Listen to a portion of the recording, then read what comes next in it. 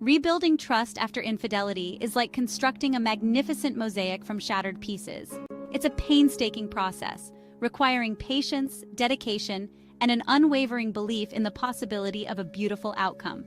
Start by focusing on small, positive actions. Consistency is key. Make an effort to be fully present when you're together. Put away your phones, turn off the television, and truly listen to each other. Show up for each other in both big and small ways. Skilled infidelity coaches like Carlton and Angela can provide a neutral ground for dialogue, helping you navigate complex emotions and develop healthy communication strategies. Hit the link below to speak with coaches Carlton and Angela on your pathway for hope in your